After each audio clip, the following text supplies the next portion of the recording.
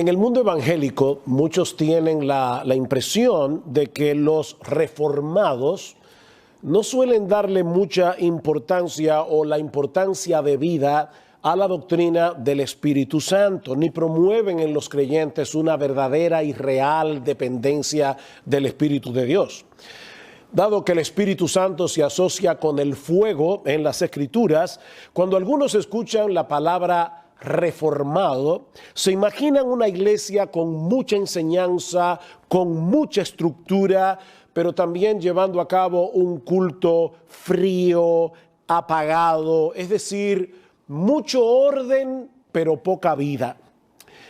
Esto no deja de ser algo irónico porque fue precisamente debido a la Reforma Protestante del siglo XVI que la doctrina del Espíritu Santo fue colocada en el lugar que le corresponde.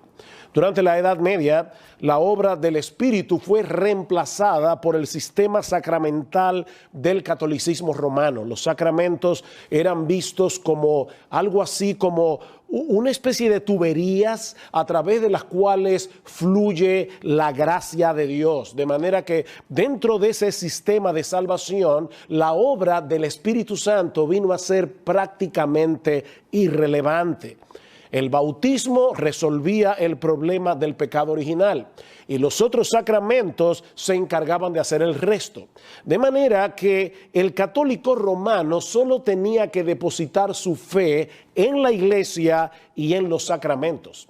Es por eso que un historiador señala que la reforma no fue otra cosa que una lucha por esa línea del credo niceno. Creo en el Espíritu Santo, Señor y dador de vida. De hecho, si hay un distintivo en la teología de Juan Calvino, es precisamente la importancia que él le da a la obra del Espíritu Santo en la salvación y en la santificación de los creyentes. Tanto así que el teólogo de Princeton, Benjamin Warfield, le llama a Calvino el teólogo del Espíritu Santo. Así que no se puede ser reformado, realmente reformado, y no darle importancia a la doctrina bíblica del Espíritu Santo. Ahora, antes de pasar a considerar la obra del Espíritu en la salvación y en la santificación del creyente, es necesario que nos detengamos por unos minutos para ver la enseñanza de las Escrituras acerca de la condición del hombre en su estado caído. Y la razón para esto es que un entendimiento defectuoso del pecado y de sus consecuencias producirá inevitablemente un entendimiento defectuoso del Evangelio y de la obra del Espíritu Santo, que fue de hecho lo que pasó durante el catolicismo medieval. Todos los que han leído alguna vez la biografía o una biografía de Martín Lutero probablemente saben que sus confesores le tenían terror, pánico, porque a veces Lutero se pasaba 4 horas en el confesionario a través de una lista de pecados, tratando de recordar todos y cada una de las veces que él había transgredido la ley de Dios. Y más de una vez llegó a suceder que al rato, después de haberse confesado durante 4 horas, Lutero volvía de nuevo al confesionario porque se había dado cuenta que no había confesado todos los pecados que él había cometido o porque no estaba del todo seguro si su arrepentimiento había sido todo lo profundo que debió haber sido. De manera que Lutero no tenía una perspectiva ligera y superficial del pecado. Sin embargo, como bien ha dicho alguien, aunque él conocía el hecho de que el pecado era un problema serio, al mismo tiempo no tenía una idea clara de cuán profundo era ese problema. Es lo mismo que sucede en el día de hoy. La mayoría de las personas saben que son pecadoras. Después de todo, nadie es perfecto, es lo que la gente suele decir. Pero la gente se ofende cuando nosotros les decimos que no es simplemente que ellos cometen un pecado aquí y allá, es que estamos dañados hasta la raíz, en el mismo asiento de nuestra personalidad. Sí, yo sé que tengo un problema con debilidades aquí o allá, pero eso es algo que yo puedo manejar con un poco de ayuda y motivación. En otras palabras, dame el programa correcto y yo me encargo del resto. Es así como la mayoría de la gente piensa, y más o menos así era como pensaba Martín Lutero en el siglo XVI. Hasta que él se dio cuenta de que el pecado ha dañado al hombre desde el asiento mismo de su personalidad, que nuestra corrupción es radical y amerita una solución radical. La palabra radical viene del latín radix, que significa raíz. Nosotros estamos dañados desde la raíz, de manera que no es motivación lo que nosotros necesitamos, es una nueva vida. Es un nuevo corazón. El pecador está muerto en sus delitos y pecados, dice Pablo en Efesios capítulo 2. Somos esclavos de nuestras pasiones, somos enemigos de Dios, totalmente impotentes para inclinarnos a nosotros mismos, a querer buscar la gloria de Dios o a querer hacer su voluntad. Pablo dice en Romanos capítulo 3, versículo 10, antes de explicarnos qué fue lo que Dios hizo a nuestro favor por medio de la obra de Cristo, Pablo nos dice que en el mundo entero no hay nadie bueno, que en el mundo entero no hay una sola persona que de manera natural se incline hacia Dios. Y más adelante en el capítulo 8, Pablo dice que los designios de la carne, es decir, los pensamientos que produce nuestra naturaleza no regenerada, son enemistad contra Dios, porque no se sujetan a la ley de Dios, ni tampoco pueden hacerlo. Romanos 8:7. Esa fue en esencia la gran controversia en el siglo XVI entre el teólogo católico Erasmo de Rotterdam y Martín Lutero en el año 1524, y debemos grabar esto en la memoria porque dentro de unos minutos vamos a tener que volver a esta controversia otra vez. Erasmo en 1524 escribió una obra titulada La libertad de la voluntad, en la que él admite que hay en el hombre una pereza espiritual que le dificulta acercarse a Dios. Pero Erasmo decía que nosotros podemos y debemos tomar la resolución de esforzarnos por escapar de esa dejadez, de esa apatía, y entonces Dios viene en nuestro auxilio. Nosotros damos el primer paso, nosotros decidimos salir de esa apatía espiritual y entonces Dios viene en nuestra ayuda. Al año siguiente, 1525, Lutero le responde a Erasmo en una de las obras más importantes de la Reforma Protestante, y de hecho uno de los escritos más importantes del mismo Lutero, titulado La esclavitud de la voluntad, en la que él argumenta que aunque el hombre escoge lo que él desea hacer, su voluntad está tan dañada por el pecado que es imposible que el hombre escoja lo que debe escoger. Fíjense el punto. El hombre escoge libremente lo que él quiere hacer, pero su voluntad está tan dañada por causa del pecado que es imposible que él escoja lo que él debería escoger. En otras palabras, donde Erasmo ve debilidad, Lutero veía impotencia. Y la pregunta es, ¿quién de los dos tenía razón a la luz de la enseñanza de la palabra de Dios? Bueno, la Biblia nos enseña claramente que nuestro corazón se inclina hacia lo que ama. Donde esté tu tesoro, allí estará tu corazón. Y en nuestro estado natural, no regenerado, no podemos amar a Dios. Y esta es la condenación, dice el Señor en Juan capítulo 3, versículo 19. ¿Cuál es la condenación? Que la luz vino al mundo y los hombres amaron más las tinieblas que la luz, porque sus obras eran malas. El problema del hombre es que el hombre no ama la luz. El problema del hombre es que el hombre ama las tinieblas. El hombre ama su pecado. El hombre es un prisionero voluntario. Él ama la prisión en la que está metido. Y de hecho, debido a que su entendimiento está entenebrecido, él no ve su prisión como una prisión, sino como libertad. El hombre está dañado, su entendimiento está dañado, su voluntad está dañada, sus emociones están dañadas. El pecado ha dañado tan profundamente nuestra percepción de la realidad que ni siquiera nos damos cuenta de lo pecaminosos que somos. No podemos percibir en su justa dimensión la pecaminosidad del pecado.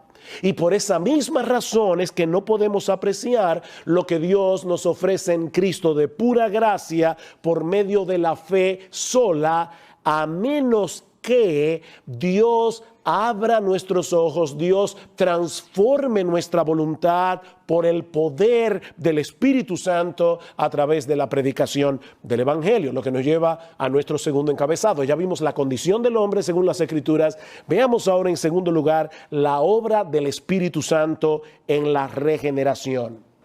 La Biblia enseña claramente que la salvación es del Señor. La salvación es del Señor. La salvación no es un esfuerzo conjunto entre Dios y el pecador. No, la salvación es un rescate divino en el que Dios toma la iniciativa de darle vida a un muerto por el poder de su Espíritu.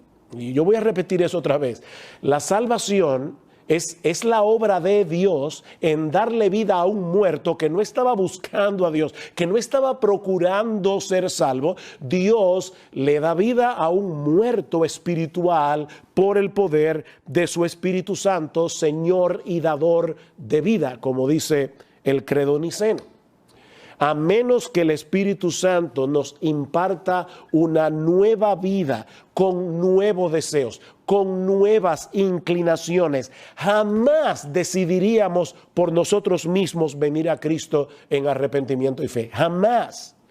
De ahí la promesa de Dios en Ezequiel capítulo 37, de lo que Él habría de hacer en el nuevo pacto por medio de la obra de Cristo. Dice: esparciré sobre vosotros agua limpia, y seréis limpiados de todas vuestras inmundicias, y de todos vuestros ídolos os limpiaré. Noten todos los pronombres yo que aparece allí en el texto. Yo esparciré sobre vosotros agua limpia, yo los limpiaré de todas vuestras inmundicias, y de todos vuestros ídolos yo os limpiaré.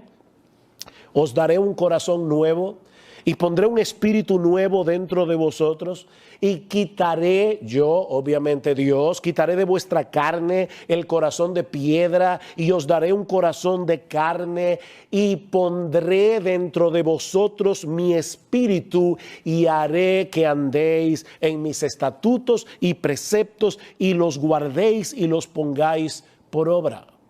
Dios hará eso, y lo hizo en el nuevo pacto, en todos los que han creído en Cristo a través de toda la historia de la iglesia. Muy probablemente cuando el Señor Jesucristo tuvo esa famosa conversación con Nicodemo en Juan capítulo 3, estaba pensando en ese pasaje de Ezequiel capítulo 36.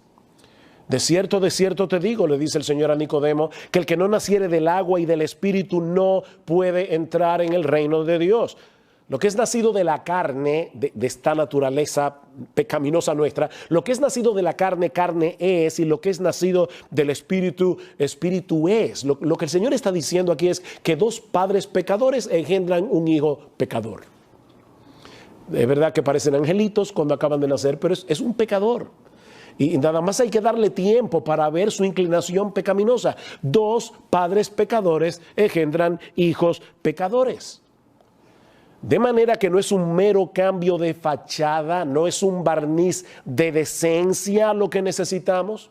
Es una transformación radical en el asiento mismo de nuestra personalidad, que derrita nuestro corazón endurecido y produzca un cambio de 180 grados en la inclinación de nuestros afectos. Y es a eso que la Biblia le llama regeneración. Regeneración. Nuevo nacimiento. Cristo nos envía su Espíritu Santo para que Él nos imparta una nueva vida, de tal manera que el amor supremo que antes teníamos por nosotros mismos quede completamente eclipsado por el deleite superior de amar a Dios. Eso es lo que hace el Espíritu Santo. De hecho, eso solo puede hacerlo el Espíritu Santo. No importa cuán persuasivo sea un predicador, ningún ser humano puede producir ese nuevo nacimiento en otro ser humano. Cristo dice claramente en Juan capítulo 1, versículo 13, los que creen en Cristo no fueron engendrados de voluntad de carne ni de voluntad de sangre, sino de Dios. Fue por la voluntad de Dios. Eso no lo puede hacer ningún predicador. Eso no lo puede hacer ningún programa. Eso no lo puede hacer ninguna actividad que lleve a cabo la iglesia. Eso solo puede hacerlo el Espíritu Santo. Lamentablemente, esta gloriosa doctrina de las Escrituras volvió a quedar sepultada en muchas iglesias que hoy llevan el nombre de evangélicas, debido en gran medida, no solamente, pero en gran medida, a la influencia de un evangelista del siglo XIX llamado Charles Finney. Charles Finney negó rotundamente la doctrina de la total depravación del hombre, lo que vimos al principio de este mensaje. Él negó la imposibilidad que el hombre tiene de salvarse y la necesidad de descansar únicamente en la obra todopoderosa de la gracia de Dios. Según Charles Finney, el hombre no ha perdido la capacidad de obedecer a Dios. Y por lo tanto, el hombre puede decidir en cualquier momento, sin la ayuda del Espíritu Santo, cambiar por completo el rumbo de su vida. Él decía que eso es la regeneración. No el cambio que produce en nosotros el Espíritu Santo, no.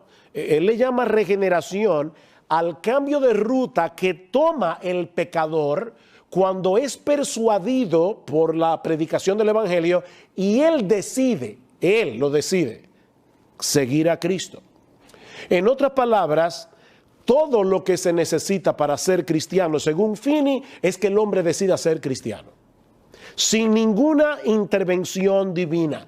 Lo único que hace el Espíritu Santo es persuadirnos a través de la predicación, a través de la verdad, para que obedezcamos al Evangelio, pero nada más. Es decir, que prácticamente Finney nos llevó de vuelta a la misma discusión que hubo en 1524, 1525 entre Erasmo y Lutero. O sea, es como haber llevado a la iglesia evangélica de vuelta a la teología católico-romana. Los hombres, dice Finney, no son convertidos, y estoy citando a Finney, no son convertidos por un cambio obrado en su naturaleza por el poder creativo del Espíritu Santo, sino por rendirnos a la verdad. Debemos tomar la decisión de convertirnos a Cristo. Y esa decisión, según Finney, debe ser manifestada públicamente a través de algún acto físico, como ponerse en pie en la iglesia, responder al llamado que hace el predicador de venir al frente, levantar la mano, hacer la oración del pecador. O sea, él dice, el pecador tiene que dar un paso, tiene que hacer algo público que manifieste que está siguiendo a Cristo. Pero es su decisión. Por supuesto que cuando nosotros nos convertimos a Cristo fue nuestra decisión. No hay nada de malo en aquel famoso corito, he decidido seguir a Cristo, siempre y cuando entendamos que nosotros tomamos esa decisión porque ya Dios había hecho una obra en nosotros, porque ya Dios había cambiado nuestro corazón, porque ya Dios había hecho una obra en nuestra voluntad, porque ya el Espíritu Santo nos había dado vida. Y entonces decidimos seguir a Cristo. La doctrina de Finney contradice abiertamente la doctrina bíblica de la depravación total del hombre. Cristo dijo en Juan capítulo 6, versículo 44, ninguno puede venir a mí si el Padre que me envió no le trajere. Ninguno puede venir a mí. Y la razón por la que no podemos es porque no queremos. Nosotros amamos nuestro pecado, no lo olviden. Nosotros aborrecemos a Dios, al verdadero Dios. Hay inconversos religiosos que aman a un Dios de su propia invención, pero al Dios de la Escritura que se revela a nosotros en Cristo, que nos dice que somos pecadores, que nos dice que sin Cristo no tenemos salvación, el hombre inconverso no quiere a ese Dios. Entonces no pueden venir a Él porque no quieren. Porque están muertos espiritualmente, muertos en sus delitos y pecados, como dice Pablo en Efesios capítulo 2. Necesitamos una nueva vida impartida por el Espíritu Santo para que podamos venir a Cristo, una vida que proviene de Dios. Y Él hace esa obra no en un vacío, sino usando un medio muy particular, lo que nos lleva a nuestro tercer encabezado. Ya vimos cuál es la condición espiritual del hombre, del pecador, que hace necesaria la obra del Espíritu. Ya vimos en segundo lugar cuál es la obra que hace el Espíritu en la regeneración. Él nos da una nueva vida, pone en nosotros un nuevo corazón. Veamos ahora en tercer lugar la predicación de la palabra como el medio a través del cual el Espíritu Santo lleva a cabo su obra. A la luz de lo que hemos dicho hasta aquí, puede ser que alguien esté pensando ahora mismo, si el pecador está muerto en sus delitos y pecados y necesita que el Espíritu Santo lo regenere para poder venir a Cristo en arrepentimiento y fe, entonces, ¿para qué predicar el Evangelio? Estamos predicándole el Evangelio a una persona que no quiere oír, a una persona que no puede recibir el mensaje. ¿Qué sentido tiene tratar de persuadir a un muerto para que abandone su vida de pecado y venga a Cristo? Eso es como tratar de venderle un seguro de vida a un cadáver en el cementerio. ¿Qué sentido tiene eso? Bueno, Pablo responde esa pregunta en 1 Corintios capítulo 1, versículo 21. Pues ya que en la sabiduría de Dios el mundo no conoció a Dios mediante la sabiduría, agradó a Dios salvar a los creyentes por la locura de la predicación. Es decir, es Dios el que obra, pero Él obra a través de medios. Y el medio a través del cual Él produce la regeneración es la predicación de la palabra. La predicación de la palabra de Dios es el instrumento designado por Dios para que el Espíritu Santo lleve a cabo su obra en nosotros. Dice en Santiago capítulo 1 versículo 18 que Dios el Padre nos hizo nacer de su voluntad, no de la nuestra. Él nos hizo nacer de su voluntad por la palabra de verdad, para que seamos primicias de sus criaturas. Dios nos dio vida por medio de su palabra, porque su palabra es viva y eficaz, su palabra es poderosa. Fue con esa palabra que Dios creó el universo. Y es con esa misma palabra que Él crea en nosotros una nueva vida. Es lo mismo que dice el apóstol Pedro. En su primera carta dice que fuimos renacidos, primera de Pedro capítulo 1 versículo 22. Fuimos renacidos no de simiente corruptible, sino de incorruptible por la palabra de Dios que vive y permanece para siempre. Y más adelante en el versículo 25 Pedro aclara, y esta es la palabra que por el Evangelio, por medio del Evangelio os ha sido anunciado. ¿Ustedes ven la conexión? Es el Espíritu Santo el que produce el nuevo nacimiento.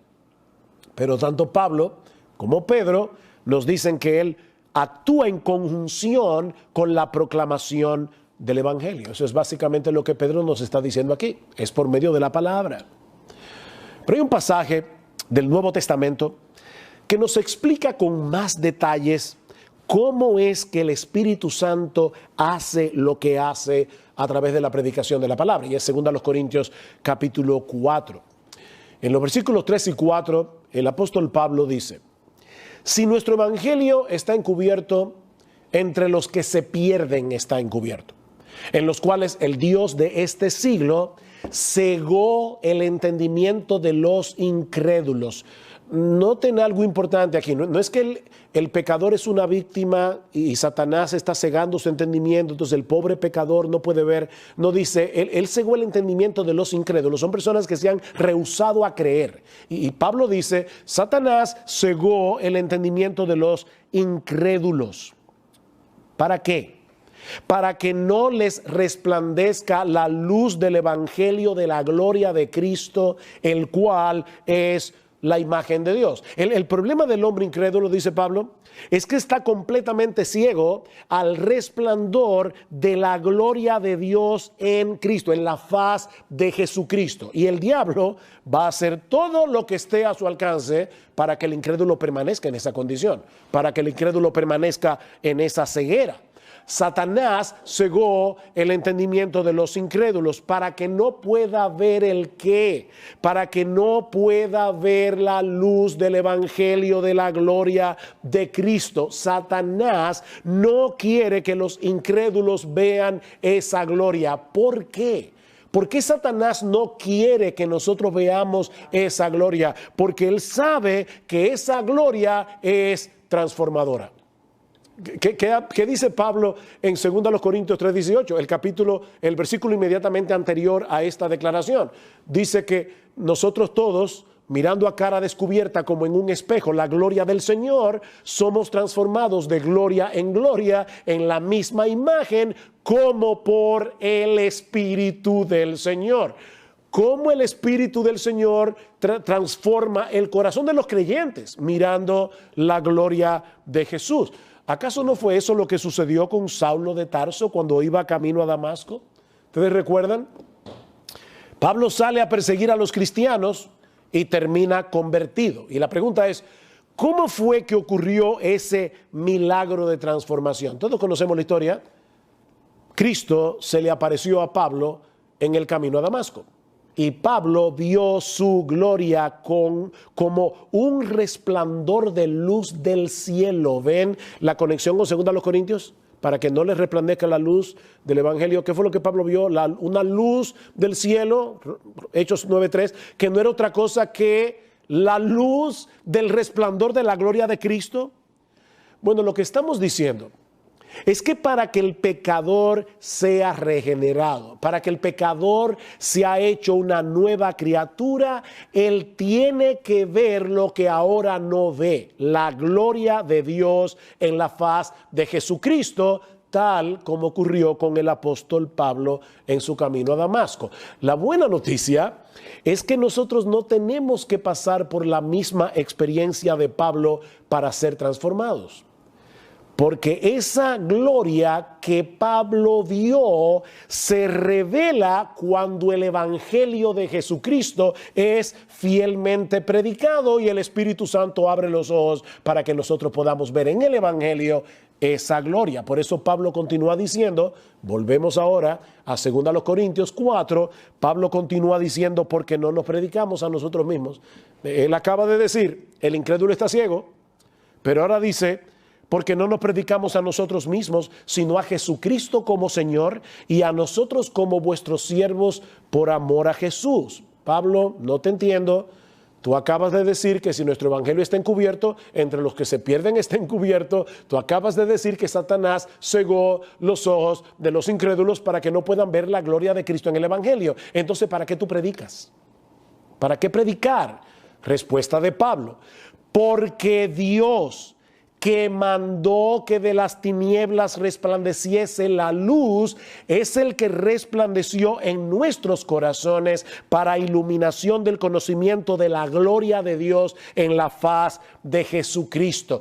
Lo que Pablo está diciendo es que cuando el evangelio es expuesto, el Espíritu Santo viene a los pecadores elegidos. Y así como Dios en el principio dijo, sea la luz, Génesis 1:3, y fue la luz, el Espíritu de Dios viene al pecador y le dice, sea la luz, y de repente ellos pueden ver lo que nunca antes habían visto.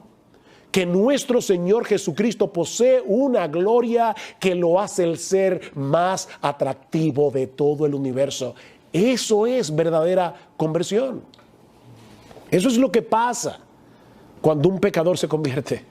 Es en el contexto de la predicación del evangelio que el Espíritu Santo abre nuestro entendimiento, para que podamos ver por un lado la realidad de nuestro corazón, que nosotros somos más pecadores de lo que creemos que somos.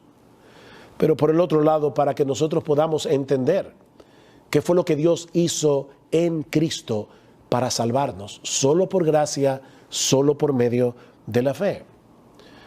Ahora, tú no estabas consciente de que todo eso estaba sucediendo, ¿verdad?, detrás de la escena, cuando te arrepentiste.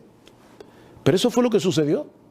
Tú no estabas percibiendo que Dios estaba haciendo esa obra en ti a través de la predicación, pero eso fue lo que sucedió para que tú ahora allí en Perú, en Colombia, en Argentina, en España, ahora puedas decir yo soy cristiano, o aquí en República Dominicana. El Padre envió a su Hijo hace 2000 años para que muriera por ti. Y habiendo sido entronado en los cielos, después de su ascensión, el Hijo envió al Espíritu para que tú pudieras vivir. O sea, el Padre envió al Hijo para que muriera por ti. Y luego el Hijo, ya entronado en los cielos, ya exaltado a la diestra del Padre, envió a su Espíritu para que nosotros pudiéramos vivir. Ese es el argumento de Pedro en el primer sermón que se predicó en la iglesia de Cristo en el día de Pentecostés. Dice en Hechos capítulo 2, versículo 32, a este Jesús resucitó Dios, de lo cual todos nosotros somos testigos. Así que exaltado por la diestra de Dios, ¿quién? Jesús. Y habiendo recibido del Padre la promesa del Espíritu Santo, Él, Jesús, ha derramado esto que vosotros veis y oís. El Padre se lo prometió y fue lo que cumplió en Pentecostés. Hay un erudito cristiano del siglo XX llamado Carl Henry que dice que en su palabra Dios comparte con nosotros su privacidad. ¿Y qué quiere decir él con eso? Bueno, que Dios nos permite en ocasiones a través de su palabra que nosotros podamos escuchar conversaciones privadas que Dios el Padre tuvo con Dios el Hijo. Es como cuando el Hijo está orando la oración sacerdotal en Juan capítulo 17. Cristo pudo haber orado eso en privado, pero no, Dios quería que nosotros supiéramos eso. De hecho, Cristo mismo dice, y hablo esto ahora para que ellos lo escuchen. O sea, Cristo quería que los discípulos escucharan la oración, que Juan la dejara plasmada en su evangelio por inspiración divina y nosotros hoy pudiéramos escucharla o pudiéramos leerla. Bueno, lo que nosotros tenemos aquí es una conversación entre el Padre y el Hijo. Dios el Padre le hizo una promesa a Dios el Hijo. Y en la misma Biblia encontramos algunas pistas del contenido de esa promesa. Por ejemplo, en el Salmo 2, nosotros vemos a Dios el Padre diciéndole al Mesías, pídeme y te daré por herencia a las naciones y como posesión tuya los confines de la tierra. El Padre le dijo, hijo mío, pídeme, yo te voy a dar por herencia a las naciones. Se van a convertir a ti de todos los países del planeta. Isaías 53. Se presenta al Mesías como el siervo sufriente, en quien Jehová habría de cargar el pecado de todos nosotros. Y luego dice, cuando Él haya puesto su vida en expiación por el pecado, verá linaje. Un muerto que después de muerto verá descendencia. Eso es lo que está diciendo. Este muerto va a tener descendencia después de muerto y precisamente por causa de su muerte. Obviamente porque va a resucitar. Dice, cuando haya puesto su vida en expiación por el pecado, verá linaje, vivirá por largos días y la voluntad de Jehová será en su mano prosperada. Verá el fruto de la aflicción de su alma y quedará satisfecho. Dios el Padre le prometió a Dios el Hijo que su muerte en la cruz no sería en vano. Él habría de tener una gran descendencia. Él verá linaje, dice Isaías, hombres y mujeres de toda tribu, pueblo, lengua y nación que serían justificados por su conocimiento. Justificará mi siervo justo a muchos, de Isaías. Serían declarados inocentes en el tribunal de Dios, porque el Hijo cargaría con nuestros pecados, pagaría nuestra deuda y nosotros por el poder del Espíritu lo vamos a reconocer a Él como el Cordero de Dios que quita el pecado del mundo. Wow. ¿Cómo habría de establecer el Mesías este dominio mundial que el Padre le prometió? ¿Cómo es que su muerte en la cruz iba a producir tanto fruto? Bueno, nosotros tenemos la respuesta, por ejemplo, en textos como Hechos capítulo 1, versículo 8. Dice el Señor a los discípulos: no se vayan de Jerusalén hasta que venga el Espíritu Santo, pero recibiréis poder cuando haya venido sobre vosotros el Espíritu Santo, y me seréis testigos en toda Judea, en toda Samaria y hasta lo último de la tierra. Los discípulos de Cristo irían por todo el mundo predicando el Evangelio en el poder del Espíritu Santo enviado por Cristo mismo. Fue Cristo que envió a su Espíritu después de su ascensión. ¿Para qué? Para aplicar su obra de redención en el corazón de sus elegidos. Es a eso que Pedro se refiere en el sermón de Pentecostés, cuando dice que Jesús fue exaltado a la diestra de Dios y habiendo recibido del Padre la promesa del Espíritu Santo, ha derramado esto que vosotros veis y oís, lo que los discípulos vieron en Pentecostés. ¿Se dan cuenta, mis hermanos, de lo sorprendente que es todo esto? Nuestro Señor Jesucristo envió su Espíritu a nuestro corazón mientras escuchábamos la predicación del Evangelio, para que el Espíritu abriera nuestro entendimiento, para que nosotros pudiéramos ver su gloria, para que nosotros pudiéramos depositar nuestra fe en Él, haciendo efectiva de ese modo la elección del Padre, de Dios el Padre. Y yo vuelvo y repito, ninguno de nosotros estaba consciente de todo eso cuando nos arrepentimos de nuestros pecados, cuando decidimos seguir a Cristo. Es verdad que nadie nos puso una pistola en la cabeza, nosotros decidimos seguir a Cristo, pero no estábamos conscientes de todo lo que Dios estaba haciendo para que eso pudiera ser posible. Qué grandioso es la salvación, qué grandioso es el Evangelio. Es por eso que ningún creyente se puede perder. Eso es imposible. El Padre nos escogió en el Hijo. El Hijo pagó nuestra deuda con la justicia del Padre. Y luego envió al Espíritu Santo para darnos vida nueva en Él, al unir nuestra vida con la suya por medio de la fe. De manera que su justicia vino a ser nuestra justicia por causa de nuestra unión con Él. Es por medio de la fe que nosotros nos aferramos a Cristo, pero Él nos tiene aferrados por su Espíritu. Así que no existe posibilidad alguna de que alguien pueda separarnos de Él. ¿Quién nos podrá separar del amor de Cristo? Nadie. Mis ovejas oyen mi voz y yo las conozco y me siguen, y yo les doy vida eterna y no perecerán jamás, ni nadie las arrebatará de mi mano. Mi Padre que me las dio es mayor que todos y nadie las puede arrebatar de la mano de mi Padre. Ven, yo las tengo agarradas con mi mano, mi Padre las tiene agarradas, yo y el Padre somos uno. No somos nosotros los que estamos sujetando la mano de Jesús. No, el Padre y el Hijo nos tienen firmemente sujetados con sus manos para que nunca nos apartemos de allí.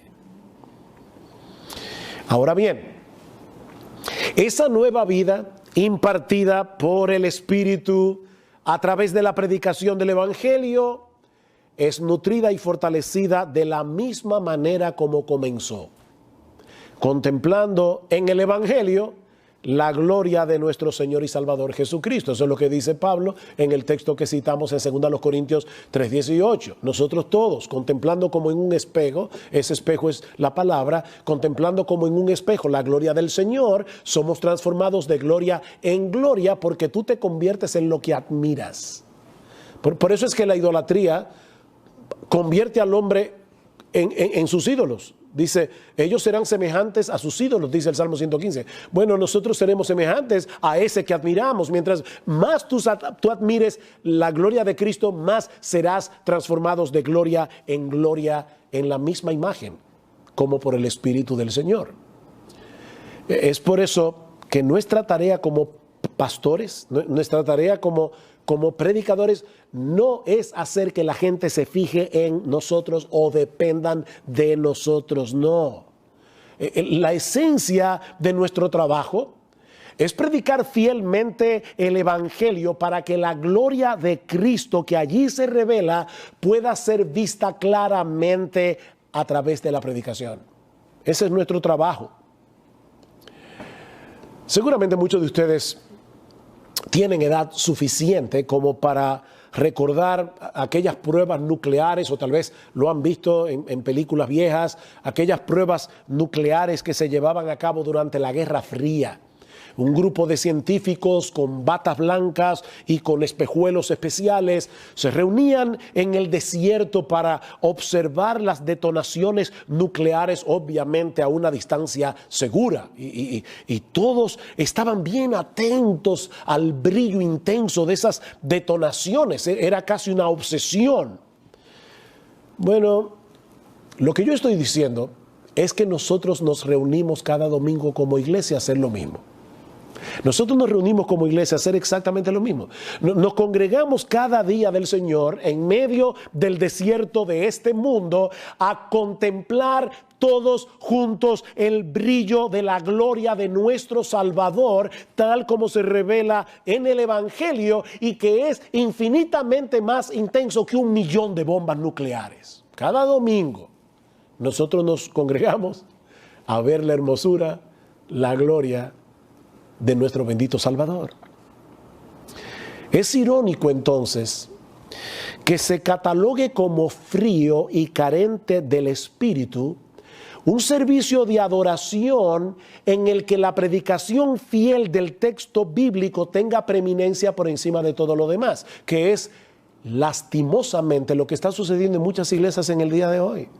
De hecho, precisamente por la influencia de hombres como Charles Finney, yo he estado en iglesias donde se predica 20 minutos la palabra y el llamado, la persuasión a que el pecador venga al frente, levante la mano, haga una decisión por Cristo dura media hora.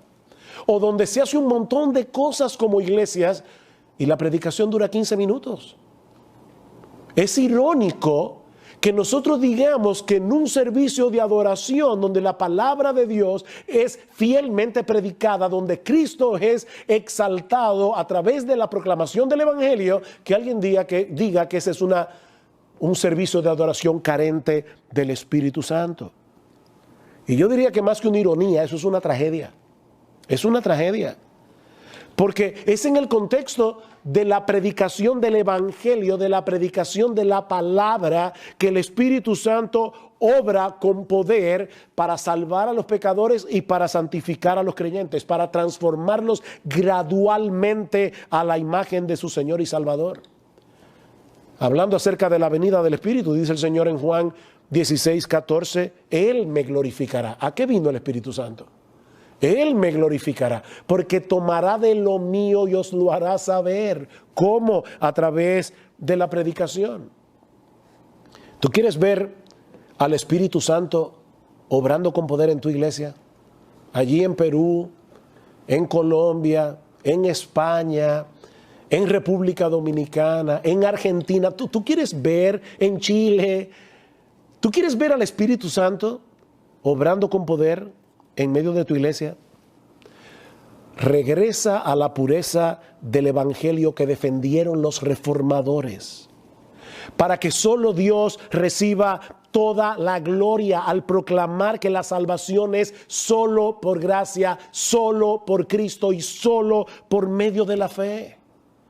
Oh, que el Señor use esta misma conferencia, que el Señor continúe levantando más púlpitos en todo el mundo de habla hispana, que en vez de entretener a las personas o tratar de moralizarlos o usar el púlpito para someterlos a una especie de terapia psicológica colectiva, prediquen el evangelio de la gloria de Cristo en el poder del Espíritu Santo, que es Señor y dador de vida.